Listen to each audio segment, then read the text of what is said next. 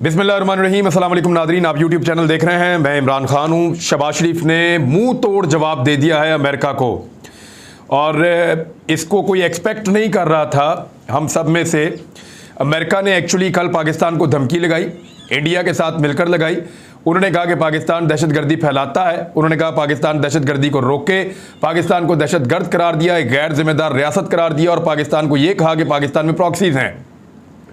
इससे पहले पाकिस्तान जवाब देता रहा है। पाकिस्तान के प्राइम मिनिस्टर कहते रहे हैं कि हमने तो दहशतगर्दी में उल्टा नुकसान उठाया, हम कोई दहशतगर्द नहीं, हम दहशतगर्दी का शिकार हैं और वो आपकी वजह से हैं। ये तो इमरान खान साहब कहते थे ना, लेकिन शहबाज शरीफ साहब ने मुंह तोड़ जवाब दे दिया अमेरिका को। जवाब सुनिए कैसा शानदार है। जवाब आया जी कि अमरीकी बयान का खैर मकदम करते हुए पाकिस्तान ने अमरीका के साथ देरीना ताल्लुकात के आदे पर जोर दिया है। प्राइम मिनिस्टर ऑफिस के नए ट्विटर अकाउंट पर जारी बयान के मुताबिक पाकिस्तान की नई हुकूमत खित्ते में अमन, सलामती और तरक्की के मुश्तरका अहदाफ को फ़रोग देने के लिए अमरीका के साथ तामीरी और मुस्बित अंदाज में मशगूल होने की ख्वाहिश रखती है। हम मुसावात, बाहमी मफाद और बाहमी फ़ायदे के उसूलों पर इस अहम ताल्लुकात को मज़ीद गहरा करने के मुंतज़िर हैं। पाकिस्तान वज़ीर आज़म शहबाज शरीफ की जानिब से ओहदा संभालने पर वाइट हाउस के बयान का खैर मकदम करता है। हम अमरीका की तरफ से पाकिस्तान के साथ देरीना ताल्लुकात के आदा का खैर मकदम करते हैं।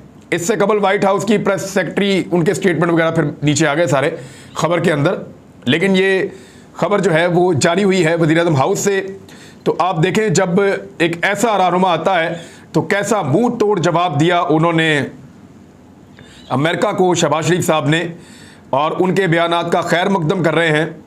और हम सारे इस बात का इंतज़ार कर रहे थे कि शहबाज शरीफ साहब किस वक्त अमेरिका और भारत को मुंह तोड़ जवाब देंगे कि मेरे वतन पे उंगली उठाने से पहले तुम ये देखो कि तुमने मेरे वतन के साथ ज़्यादती कितनी की है, और मेरे अपने वतन ने, मेरे अपने हम वतनों ने कितनी कुर्बानियाँ दी हैं, हम में कितने शोहदा बाकी हैं। यानी शहबाज शरीफ साहब की अपनी कैबिनेट के कर्नल साहब जो हैं वो शहीद हो गए थे, लेकिन उनको शायद ये भी याद नहीं रहा। तो बजाय इसके कि अमेरिका को और भारत को वो मुंह तोड़ जवाब देते, उन्होंने ये जवाब भेजा है प्राइम मिनिस्टर ऑफिस से। भारत फॉरेन ऑफिस अपनी छोटी मोटी ड्यूटी करता रहता है, वो चीज़ें चलती रहती हैं, लेकिन ये बड़ा अनफॉर्चुनेट है। और हर ऐसे मौके पर जब जब पाकिस्तान को दबाया जाएगा, जब जब पाकिस्तान को डू मोर कहा जाएगा, जब जब पाकिस्तान को दहशतगर्द कहा जाएगा, जब जब पाकिस्तान पर इल्ज़ामात लगाए जाएंगे, तो पहले लोग याद करते थे भुट्टो को, अब लोग हमेशा याद करेंगे इमरान खान को। तो भुट्टो को तो आपने खो दिया है, इमरान खान अभी मौजूद है, लेकिन मुंह तोड़ जवाब अगर कोई देना जानता है तो वो शहबाज शरीफ है। शहबाज स्पीड, उन्होंने जो मुंह तोड़ जवाब दिया, उन्होंने बताया कि भिखारी एक्चुअली कैसे होते हैं। उन्होंने बताया कि भिखारी किस तरह का जवाब देते हैं। तो मौला खैर करे जनाब। अब आ जाए अगली खबर की तरफ। कोई भूखा ना सोए, ये एक मनसूबा था इमरान खान साहब का, और उन्होंने जो पसमानदा तरीन इलाके हैं पाकिस्तान के, कच्ची बस्तियां जहां बहुत गरीब लोग रहते हैं, वहां उन्होंने मोबाइल किचन वैन्स बनाई थी और मुख्तलिफ इक़साम के खाने तैयार करते थे। वहां पे बेसहारा मुस्तहकीन और मजदूरों में ये खाने तकसीम किए जाते थे। पसमानदा आबादियों में लाइव तंदूर के साथ खाना भी तकसीम होता था। और अब ये जितना कुछ भी था, ये सारा कुछ ख़त्म कर दिया गया है। और पिछले साल इस प्रोग्राम की लॉन्चिंग हुई थी, 1 साल तक लोगों ने खाना खाया है, लेकिन वज़ीर आज़म का जो प्रोग्राम था कोई भूखा ना सोए गरीबों के इलाके में, उस प्रोग्राम को फौरी तौर पे नई आने वाली हुकूमत ने बंद कर दिया है कि अगर कोई भूखा सोता है तो सोए, हुकूमत का उससे कोई लेना देना नहीं है। एक और ख़बर है जी, बड़ी अच्छी खबर है। जिन लोगों को हम बताते थे कि महंगाई आलमी मसला है, लेकिन पाकिस्तानी मीडिया मानता नहीं था। पाकिस्तानी मीडिया कहता था नहीं, यहां महंगाई हो रही है पाकिस्तान के अंदर, Imran Khan Usman Buzdar they are responsible. Sindh में भी महंगाई होती थी तो पीटीआई रिस्पॉन्सिबल, हालांकि ये सूबाई सब्जेक्ट है। लेकिन अब शहबाज शरीफ साहब की हुकूमत आई है तो आदाद शुमार तो हम देंगे।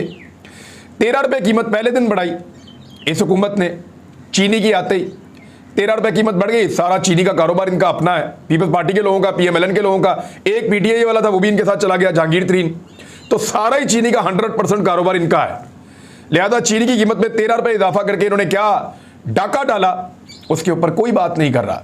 और जो इसकी इंक्वायरी कर रहा था चीनी स्कैंडल की, उसको जबरी छुट्टी पर भेज दिया, तो उस पर बात ही कोई नहीं कर रहा। पाकिस्तानी मीडिया चुप है।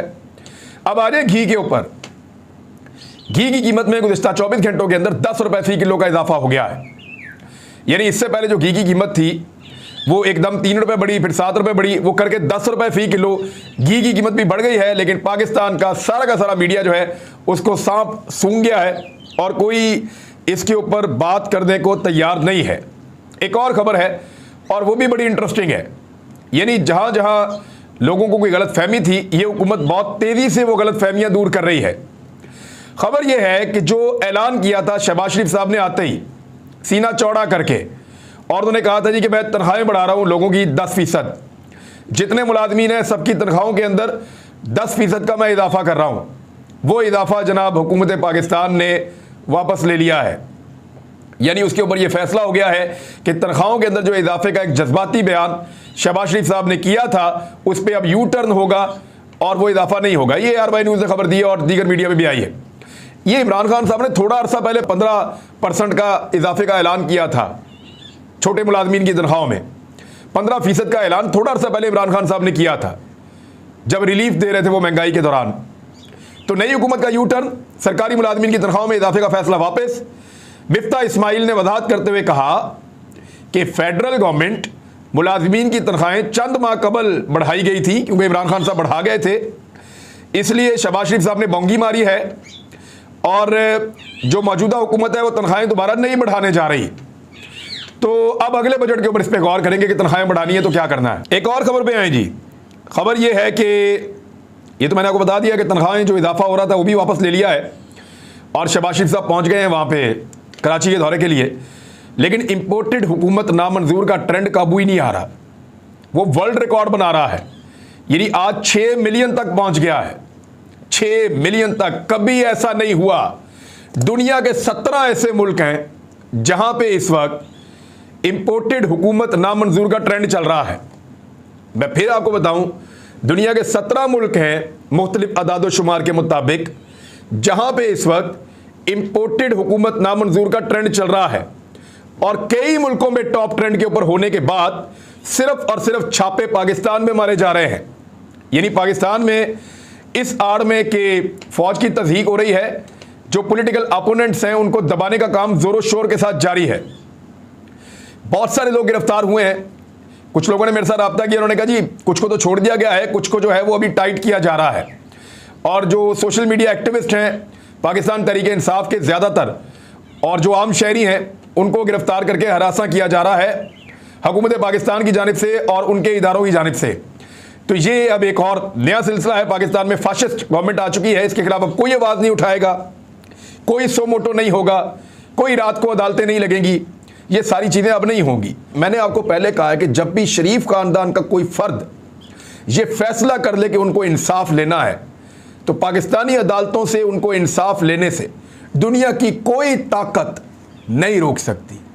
शरीफ खानदान को पाकिस्तानी अदालतों से इंसाफ लेने से दुनिया की कोई ताकत नहीं रोक सकती।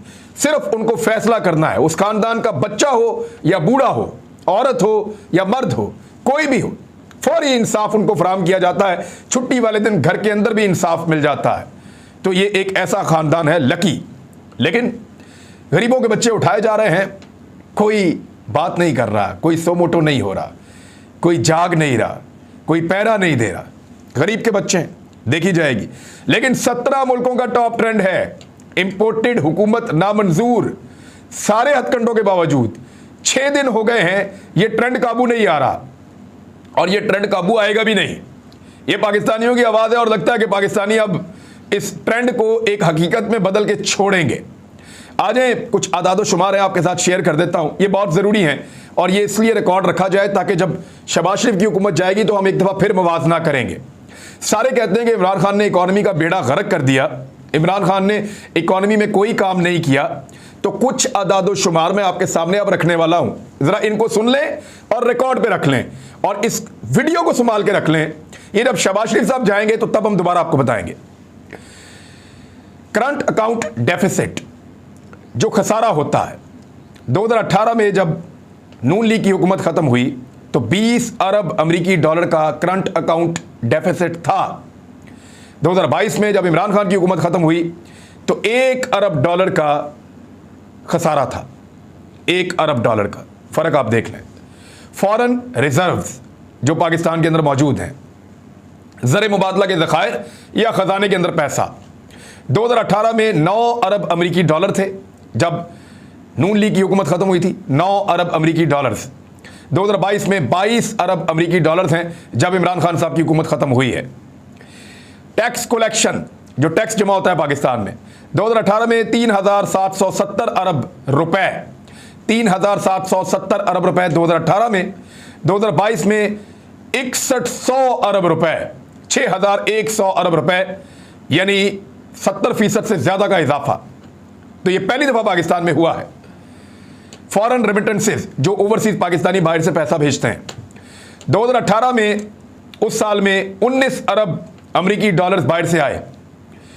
2022 में 31 अरब अमरीकी डॉलर्स बाहर से आए। फ़र्क आप देख लें, यहां पे भी लगभग 12 अरब अमरीकी डॉलर्स का फ़र्क है।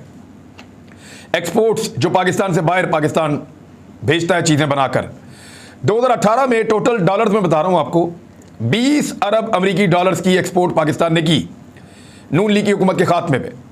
2022 में इतनी तो सिर्फ टेक्सटाइल नहीं कर दी है, यानी जितनी टोटल थी नून लीग के दौर में उतनी सिर्फ टेक्सटाइल नहीं कर दी है 2022 में, और टोटल कर दी 31 अरब अमरीकी डॉलर्स।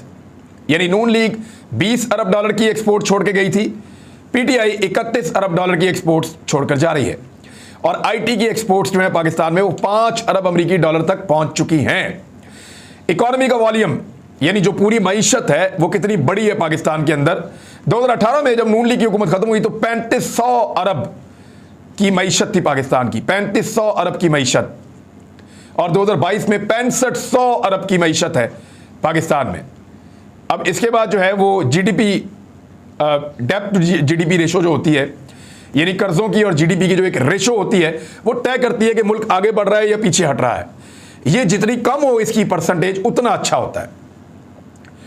यानी डेब्ट टू जीडीपी रेशो, मैं आसान आपको ये कर देता हूं कि ये जितनी ज्यादा हो मुल्क के लिए उतना बुरा होता है, जितनी कम परसेंट हो उतना मुल्क के लिए अच्छा होता है।